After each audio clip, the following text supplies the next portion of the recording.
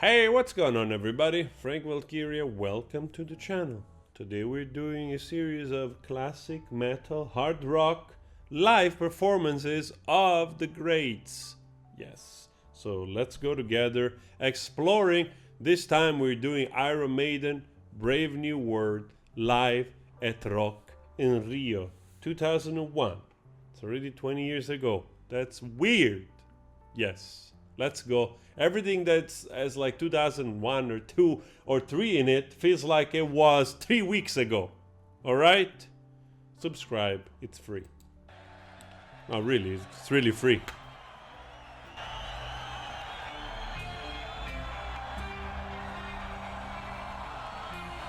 Title song for the new album. Brave New World.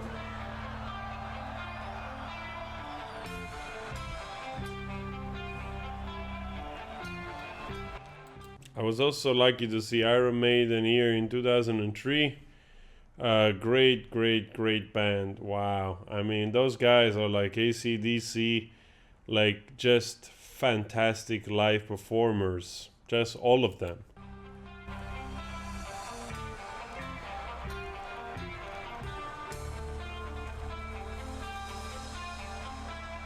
Dying swans, twisted ways. You did not need a heal. Lost my love, lost my life. In this garden of fear, I have seen many things in a lifetime alone. Wow. Super awesome, man. Also, what a singer. Mother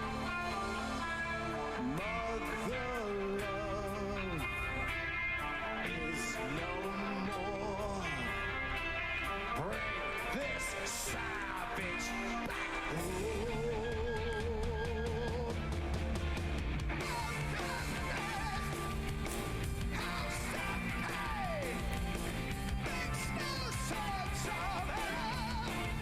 Wow.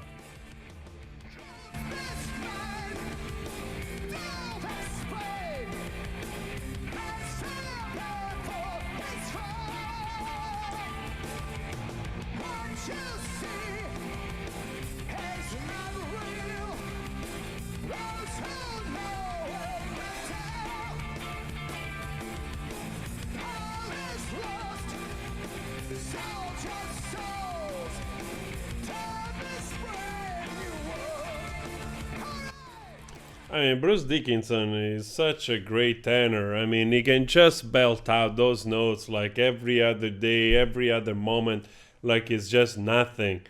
Of course, you know, when you have that voice, also comes naturally in the way you have the range, but you have to keep the range and train the range. And performance and songs so demanding when you're already so shooting high up like that, like in those moments here, and just nailing it. I mean, it's fantastic. Those guys are just incredible. It's really difficult to find them a fault. Wonderfully trained, wonderfully tuned together. They do this for a long time already. Here in 2001, they're together probably for like 15 years already, at least. So it's quite spectacular. And in my opinion, Bruce Dickinson is another of the greats. Maybe in a way surpassed, in some ways surpassed only by Ronnie James Dio. Like truly, Ronnie James Dio is just, yeah, it's like one at the top. It's really hard to knock him off the top there. It's,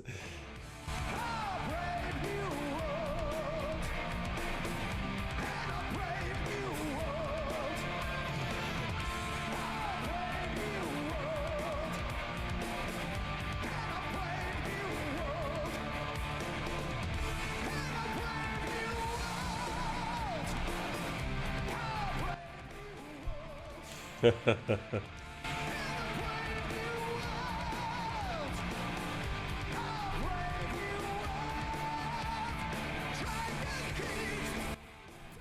mean, this guy was belting out already all those brave new word, and then like wah, wah, wah, like as if it was nothing.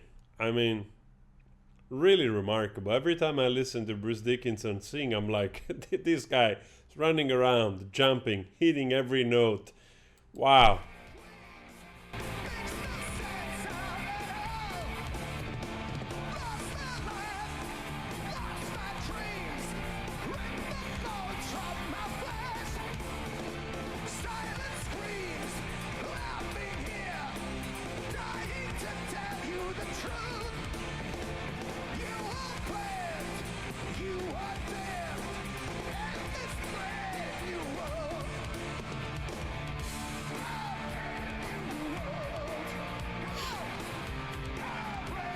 I remember this album, of course. By then, everybody expects something new from a band which has that peculiar sound already for 15 years. So when this song came out, of course, it's a little bit like AC/DC. They try to keep that kind of sonority that people recognize. And now it's funny because I think this song, it's another.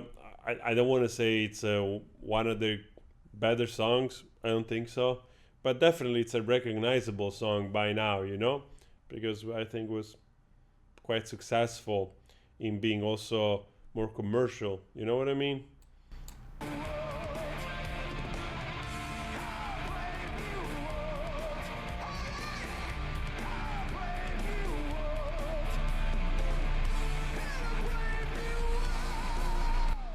Wow.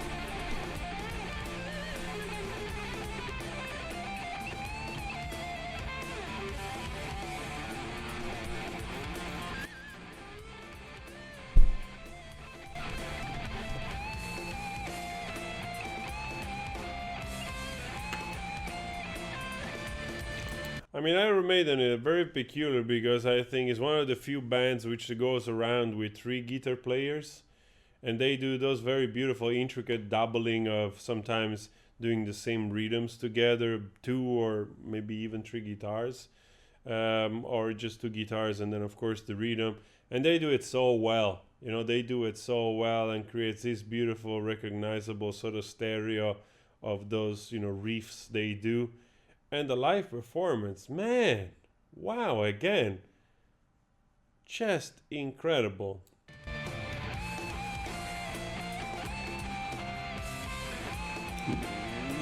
Mad respect for those guys, man. Look at them.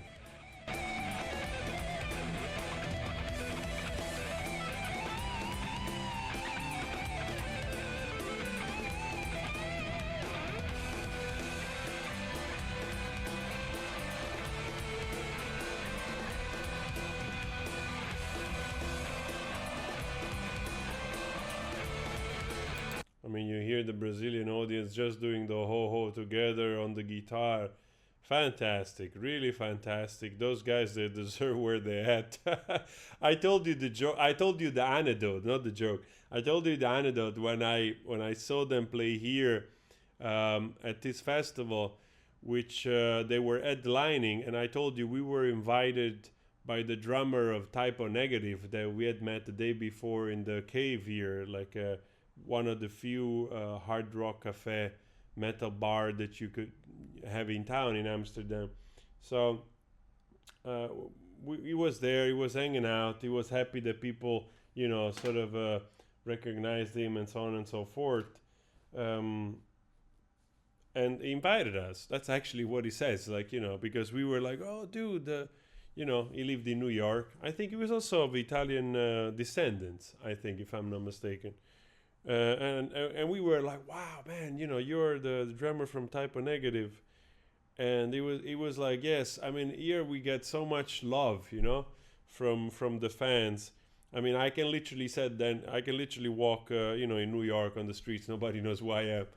And but anyway, we were really happy to talk to him and invited us. He gave us backstage to the show, so it was super awesome. We met a lot of band. There was Sepultura with the new lineup in the backstage, and I was so much fun.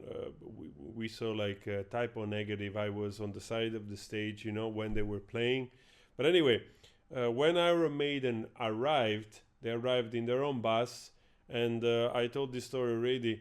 When they arrived, they basically put this like tape, you know, around the area of the other like bands, separating the trailers of Iron Maiden from the trailers where other bands were staying. And it was so funny because there was the guitar player from Sepultura. There was a group we were talking, and those guys that were busy, you know, taping us in, and like I don't remember if the guitar player Sepultura was jokingly trying to trespass, so to speak, you know, and those security people were like, sort of, no, you cannot get in here, and he said the joke, you know, I'm famous too, telling the guy. Was really funny, because it showed also the difference between, you know, the headliners already then, you know, in 2003, Iron Maiden, which is, you know, even if they're not mainstream, but still to this day, and then they were one of the biggest name in festivals, you know, and they're like, they're the type of band that they're probably one of the few band that they've gone around the world, everywhere playing, you know, headlining, like literally everywhere. So understandable.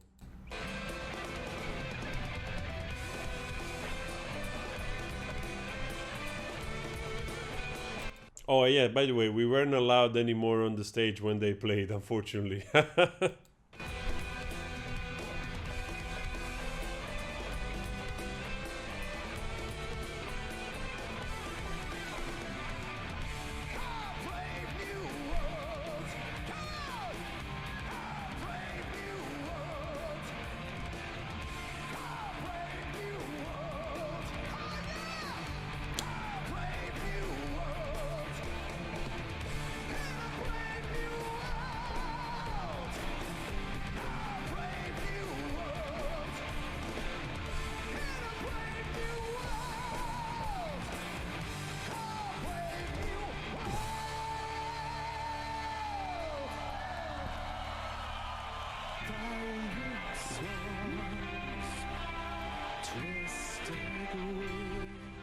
Wow.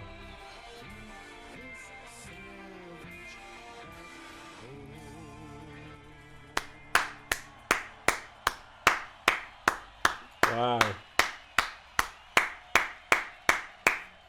Really, that's all I gotta say. What an incredible band. I mean, those guys, they haven't missed a beat in this performance, and probably they still do the same.